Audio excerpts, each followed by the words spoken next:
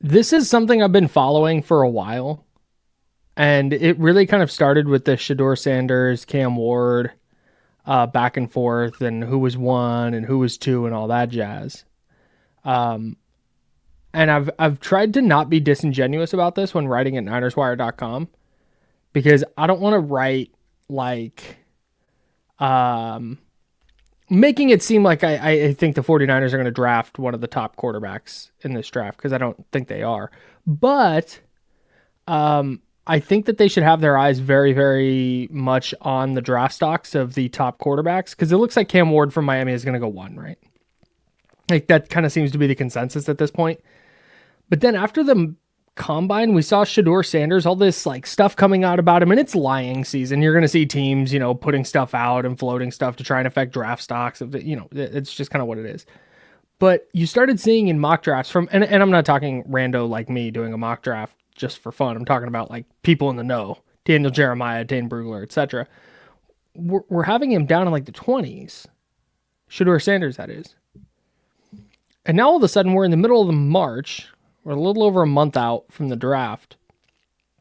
And Mel Kiper Jr. from ESPN has not only Cam Ward and Shador Sanders in the top 10, but he has Jackson Dart from Ole Miss going ninth. And the reason this all matters to the Niners is the more quarterbacks that go top 10, the more good non-quarterbacks are sliding to them at 11. So I think that's a like dream scenario where Jackson Dart's pre-draft stock like skyrockets with teams. Where all of a sudden now you not only have two quarterbacks going top 10, you have three. And you're just increasing your chances that Armand Bembou or the offensive tackle from Mizzou or a guy like Mason Graham, the defensive lineman from Michigan, slides down to 11, and all of a sudden the Niners are walking away with a steal because teams are reaching for quarterbacks.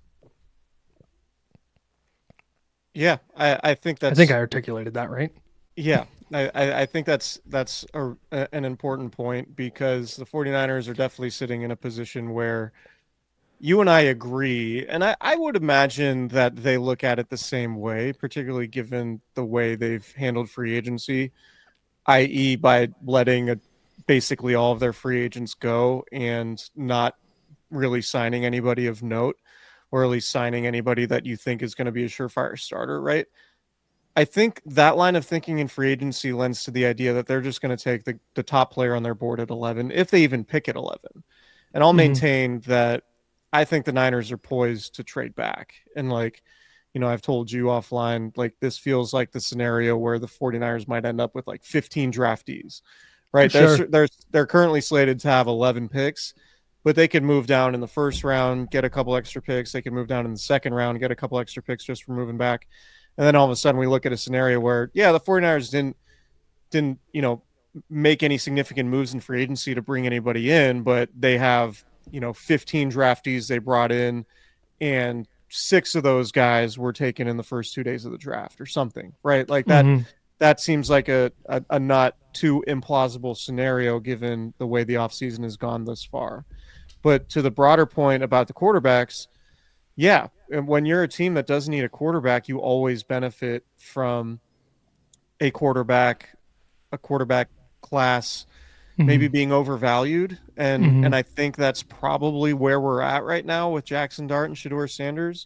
Sure. And what little I know about them, it just seems like in a crowded draft class, like maybe last year's, they probably are like back end of the first round or like early second round type guys. But because of the dearth of talent or depth in the quarterback class this year and the teams needing quarterbacks and maybe some desperate front offices wanting to get quarterbacks to save their jobs, it pushes good position players down the board a little bit. And that's where a team like the 49ers could absolutely benefit, particularly if it's somebody like Membu who, the more and more I dig into this draft, the more it seems like Membu is the best offensive lineman available.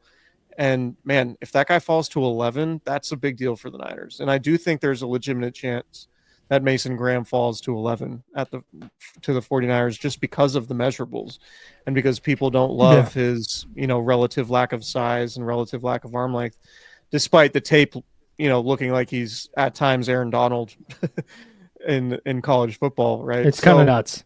He's really good. He's really good, or at least he was good. Like his game just seems like it translates the way he plays, but that's sort of a separate discussion, and we can talk about him at depth, later on. But to me, yeah, like, man, if Jackson Dart jumps up to the top 10, I think that's an ideal scenario for the Niners, because it means, Jalen Carter, Graham, Membu, Jalen Walker, sorry, Abdul Carter is not slipping out of the top 10, but no, like those, if one of those prospects at a premium position falls to 11, you would be thrilled if you're the 49ers.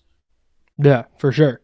I think a perfect example of this was the 2021 draft, where you had Trevor Lawrence, Zach Wilson, Trey Lance went top 3, FYI, in case you forgot. Then you had Kyle Pitts go 4. But then here's 5 through 13, not including Justin Fields, who went 11th. Number 5, Jamar Chase. Number 6, Jalen Waddle, who's been okay. But then 7, Penei Sewell. 8, J.C. Horn. 9, Patrick Surtain, the second.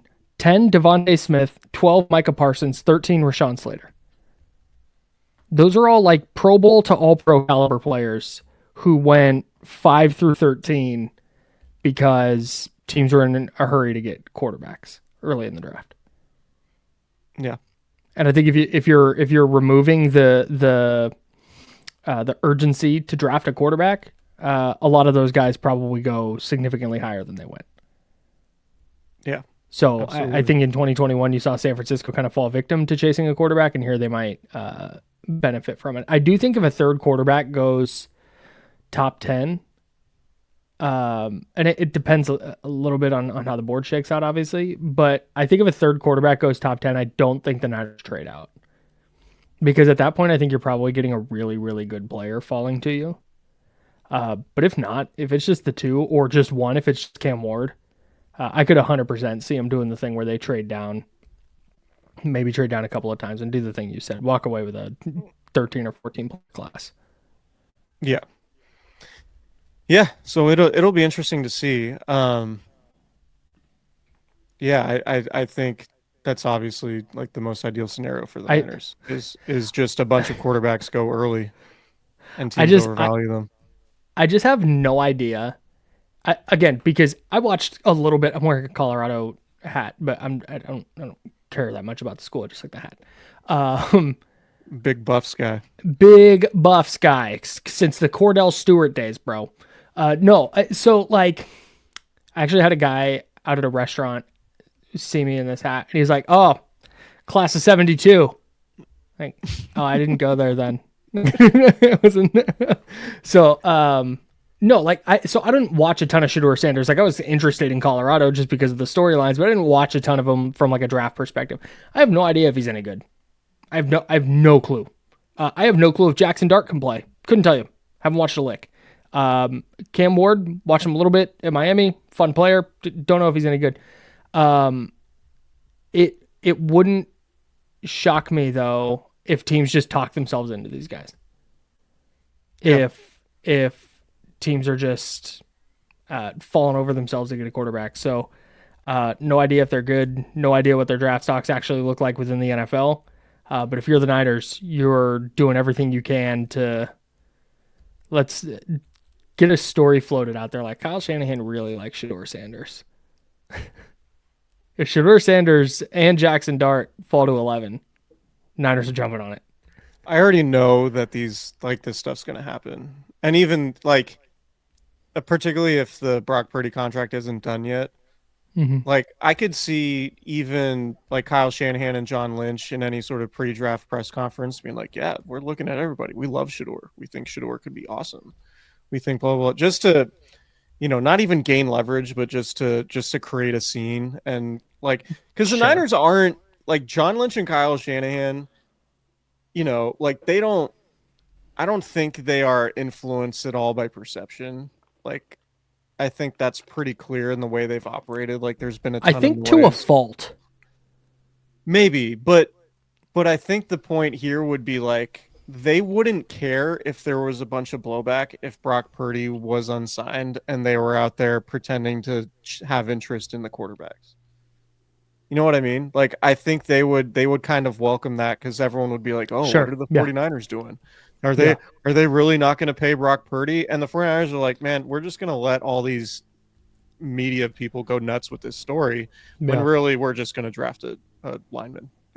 Right. You know what I mean? Right. Just like, Yeah. we're interested in everybody. Like, or like Shanahan joking, like, oh, John would trade me if the offer's right. Like that type of Right. stuff. Like, that's how I think they're gonna approach that conversation, and I fully expect there to be a media firestorm. There's always some random media firestorm around the Niners in the offseason. Always. Like, I'm surprised Aaron Rodgers hasn't come up yet. That is kind of nuts that hasn't been a thing. But I think it's because I think it's because he's so publicly like waffling apparently between the Steelers and Vikings True. that it's pointless to throw the 49ers in there, but man, God forbid there be a mystery team. Right. And the Niners could be the mystery. Like, Niners have kicked tires on Aaron Rodgers. Like, okay. I could, dude. Right. Kyle Shanahan didn't he say he had the Dion jersey? Yeah. The white Dion throwback. He was on he was a ball boy for that 94 Super Bowl team. Right. Shador sitting there at 11. Chance to coach Dion's kid. Get a quarterback on a rookie contract. No dead money down the road. Yeah, for sure. For sure. It's gonna I fully expect all of the craziness when it comes to this team. So, you know what craziness I wasn't expecting? Bay GC to be down 2-0 after 3 in the first round of the TGL playoffs is brutal. It's not how you start, it's how you finish. But yeah, look, I have it on DVR, so I'll get to that. Oh, later, my bad. But, Sorry. No, it's fine. It's flag on me. Flag on me. It's all good. Bay GC. I mean, look, if Bay GC has done anything this season, and of course we're talking about the TGL squad that you and I, Kyle, have been diehard fans since the jump. Yeah, they're and Nick, our favorite cast member, also just deep in the Bay GC bag. Bay GC, they're finishers. So yeah, I could see them sort of like the Warriors of 2016, just kind of playing with their food a little bit, and then turning it on in the third and fourth quarter. Once you get to like the 10th, 11th, 12th holes of these matches, that's when Bay GC really turns it on. So that would be my expectation here too. Absolutely. That's why people come to this podcast. Real quick, do you have anything on the Jordan Mason trade? We haven't talked about it yet. Yeah, I do actually. Okay, let's hear it. I don't care that much that they traded Jordan Mason. He was their leading rusher last year. He was a really like a nice depth piece to be sure. And you need running back depth, especially when Christian McCaffrey and Isaac Guerrero dealt with injuries last year. 1,000% totally get it. But when they second round tendered him, it was pretty obvious they were either trying to work out a super cheap extension or they were going to trade him. And given the extension he got with the contract he got with the Vikings that had more than like $7 million guaranteed, that deal wasn't going to come in San Francisco, where he's a really nice runner, but he's not the pass catcher that Isaac Guerrero or Christian McCaffrey are.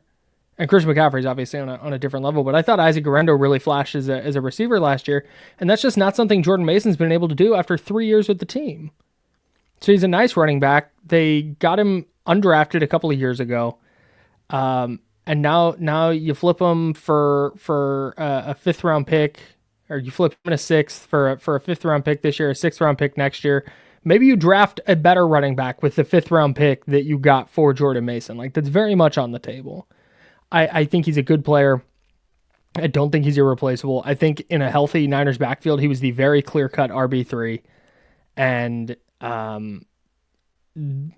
don't think they ever planned on keeping him, given the contract he would command as a free agent. Yeah, I think that's right. I think it's funny. There's sort of like I think with every single NFL move, there are ways to look at it to where if you want to find a downside, you can find a downside. If you want to find the Absolutely. upside, you could find the upside. Yeah. And I think you see that in the way, like, I do think Niners quote unquote media, or like the personalities who discuss 49ers related things, like, are it's become very apparent that there are people who look for certain slants on certain things, positively or negatively. And you can say, wow, the Niners just, Jordan Mason was really good. At one point, he was a leading rusher in the league through a significant portion of the season last year. They're giving up on him just to save a little bit of money. This doesn't make sense, blah, blah, blah. And I'm not saying there's not logic to that, but the other side of it is, man, Kyle Shanahan and Mike Shanahan, they've just always been able to find running backs, undrafted gems or seventh round picks. Yep. They don't need to invest any sort of resources in it. And there's logic to that too. And this Jordan Mason discussion sort of falls right in that camp where it's like you could look at it from either side and there would be logic to the argument. I tend to, like, again, I don't want to keep reiterating this point and beating a dead horse or whatever, but it Nah, just do it. it I don't really find fault in the way the 49ers have operated through free agency at this point. I think it's, you got to bite the bullet at some point, and I think it's a tough pill to swallow, and whatever other cliche you want to throw out there. But like, they had to do a financial reset at the risk of overpaying middling free agents and being an old and slow team that was going to set itself up to be in a bad financial place from a salary cap perspective in the future if they continued down the path they were going. And they went 6-11 last year. They had a very expensive roster and said, all right, let's try to get younger and faster. And we can do so while also setting ourselves up for the next 3, 4, 5, 6 years to be financially responsible and not have all of these crazy cap numbers, dead cap numbers that are impacting our salary cap beyond 2025. And I understand they have the highest dead cap number in the league this year, but they only have two guys making dead cap or with dead cap hits in 2026, Yep. at which point going forward, they should have a ton of financial flexibility to sign their best players, to be aggressive again in free agency, to fill out, the margins of the roster and do everything they need to get back to contention and be at a healthy point for multiple years to come, rather than kicking the can down the road and paying Malik Collins and Leonard Floyd and whatever Sure. $10 million or whatever they were slated to make, when really, are they that much better? Like, is Leonard Floyd, like, what's a second round pick going to make this year? $2 million, $3 million? Something like that. Is Leonard Floyd 4x more valuable than what a rookie is in terms of production? Because that's ultimately the difference. Like, for veterans are generally overpriced. So I understand, unless you're like talking about a super megastar player, right. I don't have a problem with not paying middling aging players who are not going to be 4 times better than some rookie. And can we just keep this a stack too? Their defense sucked last year. That was not a good group. Okay. Oh my God. How are they going to replace Leonard Floyd? I don't fucking know. With a draft pick who's going to probably be fine. Like, Nate, what's your favorite Leonard Floyd play from last year? What's your favorite Malik Collins play from last year? I would need some prep for this. We could do, maybe next podcast, we do top 5 Lenny Floyd moments. Yeah, we'll do a whole audio montage. Career. That'll be great. Yeah. No, but that's just it. Is like you just said, they're not replacing these star players where you're like, dude, that was a Pro Bowler. How do you replace Leonard Floyd? Yeah, probably with a couple of dudes, and you can do that in the aggregate pretty easily. Yeah. This is not rocket science, man. I think that it might be the Yorks being cheap because of soccer or whatever theories are going around out there. Sure. No. All right. That makes sense. But also I think everything that you just laid out with the salary cap, like, that makes sense too. This is what happens sometimes. and we've talked before about like why there's the consternation over the offseason and stuff. It's because they never reached the ultimate goal with that group. All right, well, now they're trying to move on to a new group without tearing it down to the studs and having a 2016-17 type of run again. Yeah. So here's last thing related to this, but with Jordan Mason. Had the Niners had a quote-unquote normal offseason, Dre Greenlaw comes back, maybe they sign Joey Bosa, maybe they go get, I don't know, another receiver or something. I have no idea. And then they trade Jordan Mason. I think the consensus is, wow, undrafted guy. They got a 5th and a 6th for him. And now he gets paid. He was going to make crazy money as their 3rd running back. That makes sense. Good trade. But it feels like you're just heaping this quote unquote salary dump on top of the entire offseason of quote unquote salary dumps. And it's like, wow, this must just be their goal. They don't care about winning right now. They're just trying to get rid of money. And so that's why I think there was such an adverse reaction to it, because it was like, he's like, wait, what? They're just dumping everybody now? And it's like, well, not quite. It's not in my view. Yeah, in my opinion, I don't think they've let any ascending players walk. Like, I just don't. Even Dre Greenlaw. Like, I think Dre Greenlaw is the toughest loss for them. I would agree. Without a doubt in my mind. But given his injury history, I still have a hard time believing he's an ascending player. Right? Malik Collins, definitely near the end, or at least in the back end of his career. Sure. Right? Same with Leonard Floyd. Talanoa Hufanga, maybe he's awesome with Denver. I think it's more likely that he misses a bunch of time and makes some big plays, but also gives up some big plays. Yep. Because that's just the type of player he is. Yep. And like Deebo Samuel, the way last year went, clearly not an ascending player. I think the misnomer is people see what these players accomplished in the past and say, wow, I can't believe the 49ers gave up on those guys, without really thinking about what's to be expected of these guys in the future. Mm-hmm. And I also think people are acting like the 49ers they traded Brock Purdy and they traded Christian McCaffrey and they traded Nick Bosa, George Kittle, Fred Warner, Nick Bosa. Like they actually, this is a hard reset. They're getting rid of, it's like, no, they still have a core group of guys. Mm-hmm. They are just remaking how they are building on the margins.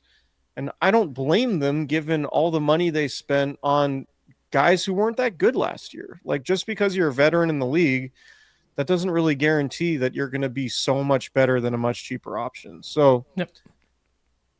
Yeah, I think and again, yeah, and we talked about this before coming on. 2 things can be true.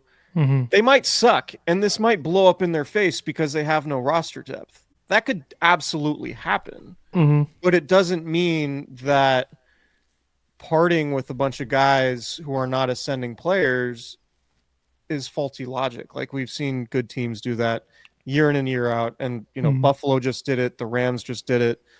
Like, these teams do it all the time throughout the league, and I don't blame the 49ers for wanting to do that. My favorite response to this has been like, well, then they better hit on some draft picks.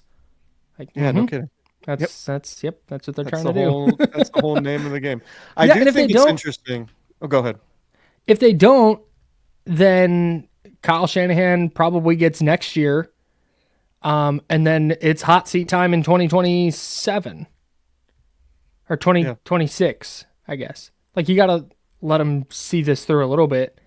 But if it doesn't work out, then they're moving on. But I don't think another year of piling up contracts that are going to kick dead money down the road would have been helpful for their long-term success.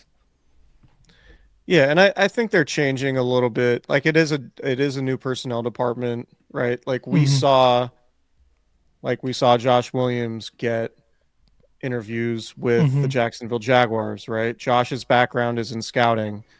He got his first scouting job with the Niners in 2011. He survived all of the regimes, both in the front office and the coaching staff, and has now basically worked himself up to John Lynch's right hand, essentially, at this point, to getting GM interviews.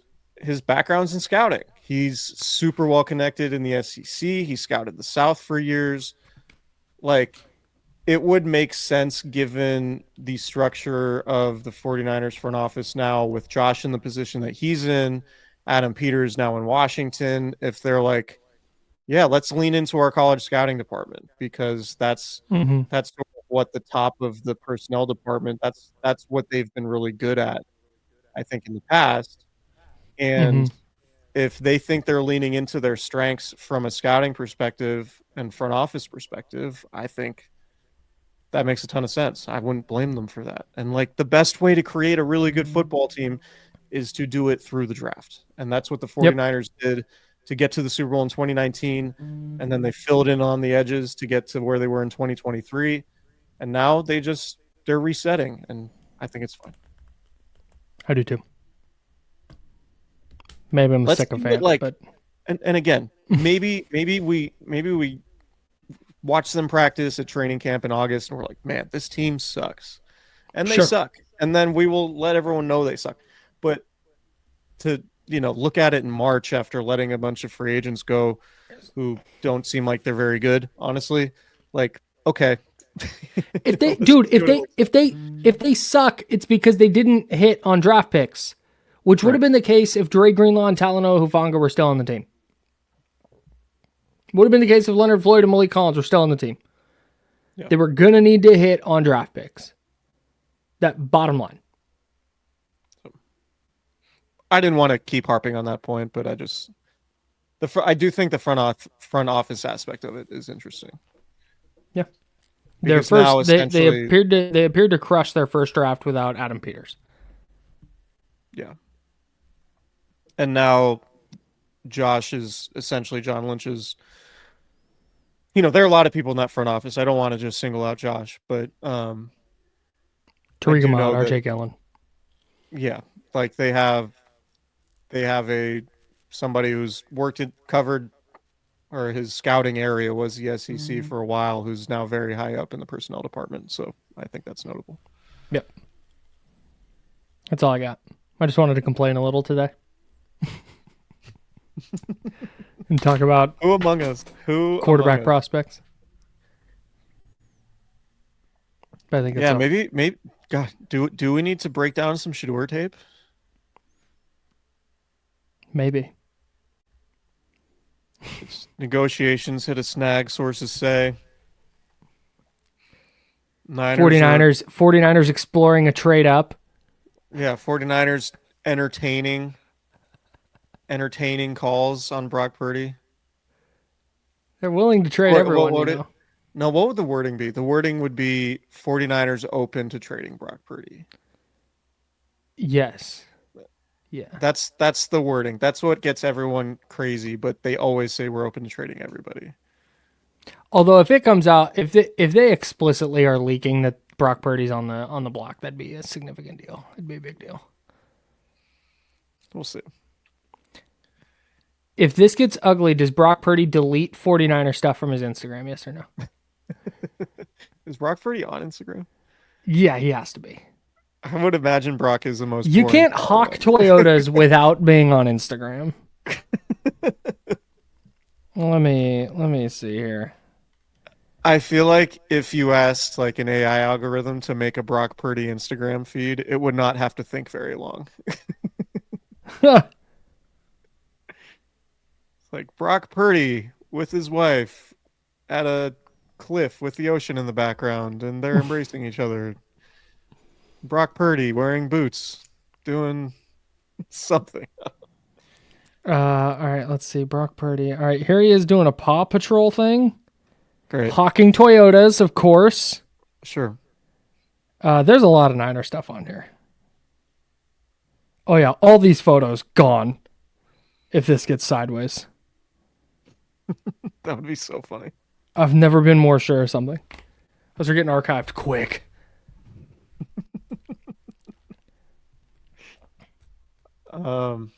It's gonna start. It's gonna start when he doesn't show up for the start of the OTAs. Brock Purdy not in attendance. My prediction is he'd be there, but he wouldn't be practicing. He would like be wants to do on-field stuff. Yeah. I You'd like be that. like I'll rock with that. standing with the coaches, looking at the play sheet. A lot of mental reps. Yeah, mental reps for sure. And definitely, he wouldn't miss meetings. Like Brock's, he's not going to miss meetings, of course. But just when it comes to the on-field stuff, he's not gonna risk injury. But he's going to be there for his guys. I have a joke to make that I'm not sure I can make publicly, so I'm going to tell you after the podcast. Okay, great. maybe you'll say it on the next episode. I'm writing it down. Yeah. That's what we'll do. I'll say the joke on the next episode. It's not that funny. I shouldn't have said anything. I'm sure I got to be better. I'm sure it's good. All right, we will talk to you guys later in the week. Subscribe to our YouTube channel, 5-star reviews wherever you listen to your podcast in audio form, and we'll talk to you guys later.